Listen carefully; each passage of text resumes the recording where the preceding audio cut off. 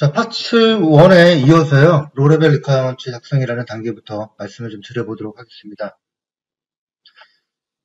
요구사항에 대한 작업이 마무리가 되어지고 나면요, 이를 기반으로 모델링, 즉, 로레벨 리퀘어먼트를 만드시고, 이에 대한 검증을 수행을 하시게 됩니다.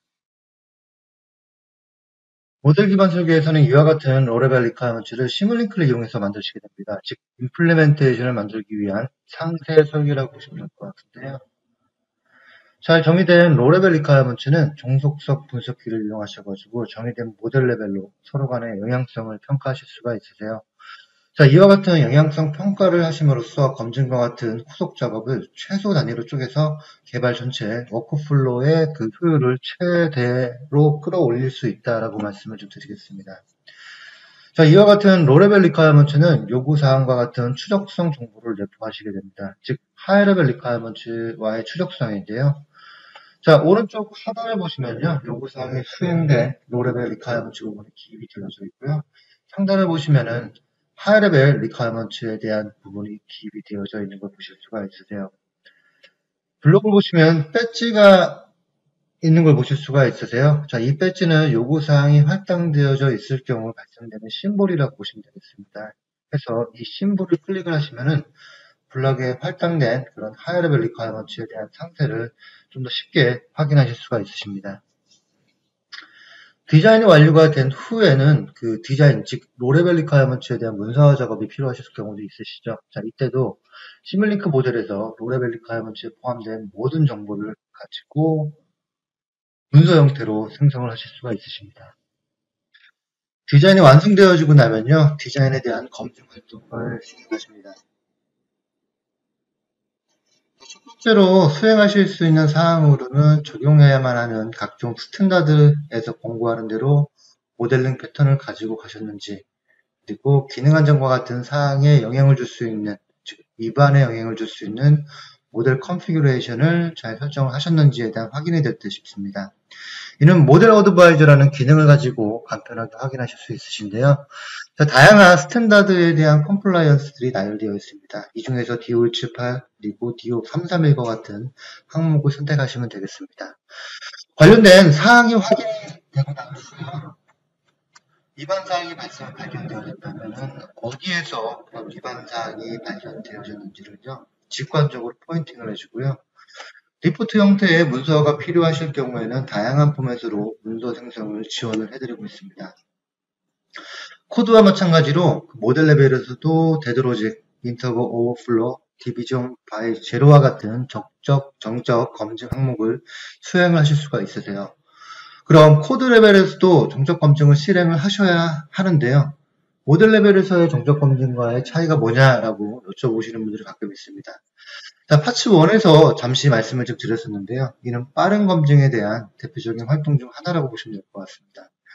로직 구현하고 굉장히 관련이 깊은 그런 정적 검증 항목에 대해서는 좀 더 직관적으로 확인할 수 있는 모델 레벨에서 이슈를 지워버리는다는 다른데 하나의 큰 의미를 둘 수가 있을 것 같고요. 그리고 또 한 가지는 코드 레벨에서 확인이 되어졌을 경우 다시 앞 단계부터 관련 활동을 모두 다 다시 수행을 해야 된다는 그런 부담감을 줄여준다는 데도 또 하나의 의미를 좀 둘 수 있겠습니다. 자, 모델 정적 검증이 다 끝나고 난 후에요. 그 위반 사항에 대해서는 위반 사항이 포함된 부분을 붉은색으로 하이라이트 해주게 됩니다. 그리고 위반 사항을 증명하는 카운터 이그젬플을 생성을 해주게 됩니다. 물론 완료가 된 후에는요, 검증에 대한 에비던스로 보고서 형태로도 생성을 하실 수가 있으세요. 자, 포멀 메서드를 이용한 또 다른 정적 기법으로는요, 프로퍼티 프로빙이 있습니다. 요구사항에 위반하는 케이스가 있는지 확인하는 작업이라고 보시면 될 것 같은데요. 요구사항에 대한 특성만을 모델링을 하게 됩니다. 자, 이 모델을 러닝하시면 실제로 디자인, 설정 만드신 디자인이 요구사항을 기반으로 설정하신 프로퍼티에 대해서 위반하는 사례가 없는지 수학적으로 분석을 하게 됩니다. 자, 위반 사항이 존재할 경우에는 이전 abstract interpretation과 동일하게 위반 사항에 대한 카운터 이그젬플을 생성을 해주게 됩니다. 자, 이와 같은 위반 사례에 대한 케이스는 향후 시뮬링크 테스트에서 또 다른 그런 동적 검증의 테스트 케이스로 관리가 되어질 수가 있어요. 자, 지금까지 정적 검증에 대해서 말씀을 좀 드렸는데요. 자, 이제는 요구사항 기반의 동적 검증에 대해서 말씀을 좀 드려보도록 하겠습니다. 자, 매스웍스에서 제공해드리는 모델 기반 설계에서는 동적 검증을 시뮬링크 테스트라는 툴을 써서 사용을 하시게 됩니다. 자, 시뮬링크 테스트에서는 동적 검증을 위해서 세 가지의 주요 기능을 제공을 해드리는데요. 자, 첫 번째로는 테스트 하네스입니다. 테스트를 위해서 인풋, 그리고 아웃풋, 그리고 스케줄링 정보까지 손쉽게 정의할 수 있는 테스트 환경 모델을 제공해 드리고요. 두 번째로는 테스트 시퀀스 블록입니다. 테스트 인풋에 대한 관리 방안으로 가장 많이 사용되는 방법은 시그널 빌더, 그리고 엑셀 파일 정도가 굉장히 대표적인 것 같아요. 자, 이 두 가지 방법은 굉장히 많은 장점을 제공해 드리고 있는데요. 하지만 단점이라고 한다면 타임 벡터 값을 직접 인가를 해야 되는 그런 방법으로서 다이내믹스가 굉장히 풍부한 그런 테스트 인풋을 만들기에는 굉장히 좀 어렵다라고 말씀을 좀 드릴 수 있겠어요. 해서 테스트 시퀀스 블록을 제공해드리고 있는데요. 테스트를 단계별 스테이트로 설정을 하실 수가 있으시고요. 매틀랩 신텍스를 그대로 사용하실 수가 있으세요. 그래서 복잡한 수직 형태의 테스트 인풋을 만들기에 굉장히 적합하다라고 말씀을 좀 드릴 수 있겠습니다. 자, 세 번째로는 테스트 매니저인데요. 테스트 케이스 전반에 대한 관리, 그리고 러닝, 분석, 그리고 테스트 리포트를 생성을 하는데 굉장히 많은 기여를 한다라고 말씀을 좀 드리겠습니다. 자, 몇 가지의 테스트 템플릿을 제공해 드려서요. 모델 인드롭, 그리고 소프트웨어 인드롭, 그리고 프로세서 인드롭 등에 대해서 용도에 맞게 채택을 하시면 굉장히 편리한 방법 중에 하나가 될 수가 있겠습니다. 자, 그럼 테스트 케이스 생성에 대한 부분부터 말씀을 좀 드리도록 하겠습니다. 자, 검증 대상은 코드 생성 대상이 되는 컨트롤러가 되겠습니다. 자, 이 시스템 언더 테스트에 테스트 환경을 추가를 해서요. 테스트 환경 모델, 즉 하네스 모델을 생성을 하게 됩니다. 자, 여기에 실제 인가 데이터, 그리고 판단 로직과 같은 테스트를 위해서 필요한 모든 요소를 패킹한 테스트 케이스를 생성을 하고요. 관리를 하게 되고요. 자, 이를 이용해서요. 인풋과 아웃풋만을 변경해서 반복 테스트를 진행한다라고 말씀을 좀 드릴 수 있겠습니다. 자, 실제로 관리가 되는 환경을 한번 살펴보도록 하겠습니다. 자, 제어기 모델이 존재를 하고요. 그리고 하나의 모델에는 2개 이상의 하네스가 생성이 되어질 수가 있습니다. 물론 지금 보시고 계시는 슬라이드에서는 미리 생성시켜 놓은 하네스를 보여드리고 있다는 말씀 좀 드릴 수 있겠는데요. 자, 오른쪽 하단을 보시면은 펄스펙티브라는 기능을 이용해서 관리를 하실 수가 있으세요. 총 3개의 하네스가 있는 걸 확인하실 수가 있으시고요. 자, 하네스는 다양한 형태의 인풋하고 아웃풋 블록을 가지고 가실 수가 있어요. 하지만 본 예제에서는 단순하게 인포트하고 아웃풋 포트만을 이용해서 하네스를 생성했습니다. 향후 본 예제에서 말씀드릴 테스트 케이스에서는 해당 포트에 그 엑셀 파일에서 정의한 그런 데이터를 인가를 하게 됩니다. 그래서 인가를 하실 때는 지금 보시는 화면과 같이 인포트, 아웃풋을 설정하셔가지고 간편하게 반복 검증 활동을 이어나가실 수가 있다. 라고 말씀을 좀 드릴게요. 자, 지금까지 하네스 모델을 보아주셨다면요. 이제는 테스트 케이스 자체를 한번 살펴보도록 하겠습니다. 해당 테스트 케이스에 대한 설명을 달아놓으실 수가 있으세요. 소통의 하나의 중요한 요소라고 보시면 될 것 같고요. 자, 어떤 하이레벨 리퀘어먼트가 걸려있냐에 대한 추적성을 확인하실 수가 있으십니다. 그리고 물론 테스트가 진행이 되어져야 하는 대상 모델하고요. 환경 모델, 즉 하네스를 설정을 하시게 됩니다. 자, 파라미터 오버라이드라는 게 있는데요. 만약 파라미터를 변경하시면서 특성 분석을 하셔야 된다라고 하실 때는 굉장히 편리하게 사용하실 수 있는 방법인데요. 자, 파라미터 셋을 미리 설정을 해 놓으시고요. 러닝 하시면은 결과값을 플랫 상태로 그려줘가지고 굉장히 편리하게 비교, 그리고 분석을 진행하실 수가 있는데요.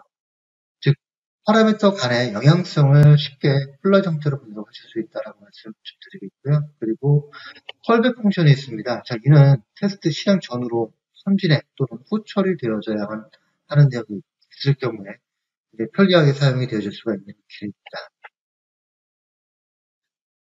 자, 테스트 인풋인데요. 자, 만약에 테스트 인풋이 맷 파일 또는 엑셀 파일로 정의가 되어졌다라고 하시면 경로만을 설정해 주시면 됩니다. 그러면 그 경로를 따라서 설정되어져 있는 인풋을 바로 모델, 즉 하네스에 인가를 시켜준다라고 보시면 되겠습니다. 자, 어떤 부분에 대한 분석, 그리고 어떤 부분을 확인하실 건가에 대한 내용이 될 것 같습니다. 자, 확인할 부분에 대한 지정원을 해놓으시는 부분인데요. 자, 베이스라인 테스트에서 시뮬레이션 결과하고요. 비교할 실질적인 부분에 대한 것을 지정을 해 주실 수가 있으십니다. 그리고 아웃풋 등 다양한 부분에 대해서 설정을 하실 수가 있으신데요. 혹시 특정 시그널에 대한 것을 확인하기를 원하신다고 하시면 특정 부분에 대한 것을 직관적으로 바로 선택을 모델에서 하실 수가 있으십니다. 자, 베이스라인인데요. 예상값이 있다. 즉 시뮬레이션이 다 끝나고 비교할 대상이 있다고 하시면요. 그 부분에 대한 선정이라고 보시면 될 것 같습니다. 자, 마지막으로 커버리지인데요. 자, MCDC 등 반드시 따라야 하는 커버리지가 설정되어질 수가 있겠죠. 자, 이런 커버리지를 설정하시면 되겠는데요. 자, 모든 테스트가 마무리가 되어진 이후에요. 테스트의 완성도를 설정하신 커버리지의 형태로 해서 알려준다라고 보시면 될 것 같습니다. 그리고 원하시면 커버리지 리포트 형태로 생성도 가능하다라고 말씀 좀 드릴게요. 자, 이와 같은 테스트 케이스는 왼쪽에서 보시는 것과 같이 테스트 파일 형태로 관리를 하실 수가 있으십니다. 총 3개의 테스트 케이스가 존재를 하고요. 자, 런 버튼을 누르시면은 설정하신 모든 테스트 케이스, 즉 모든 테스트 스윗에 대한 것을 테스트를 원클릭으로 진행이 된다라고 말씀을 드리겠습니다. 자, 테스트가 완료가 되고 나면요. 성공 여부를 색깔 형태로 보여주게 됩니다. 그리고 관심 있는 시그널들에 대해서는 플러 형태로 그려서 분석을 하실 수가 있으세요. 자, 일전에 커버리지, 어떤 커버리지를 정량적으로 볼까 선택을 하셨었죠? 그래서 커버리지에 맞추어서요, 테스트의 정도를 알려주게 되는데요. 자, 산출된 커버리지 정보에 대해서 만약 문서화가 필요하실 경우에도요, 커버리지 리포트로 생성을 하셔가지고, 분석, 그리고 관리를 진행을 하시게 됩니다. 자, 이렇게 동적 검증이 끝나고 나면요, 이에 대해서도 리포트 형태로 출력을 하실 수가 있으십니다. 그래서 이런 리포트를 이용해서 향후에 이어지는 그런 단계의 작업을 지원을 하실 수가 있으십니다.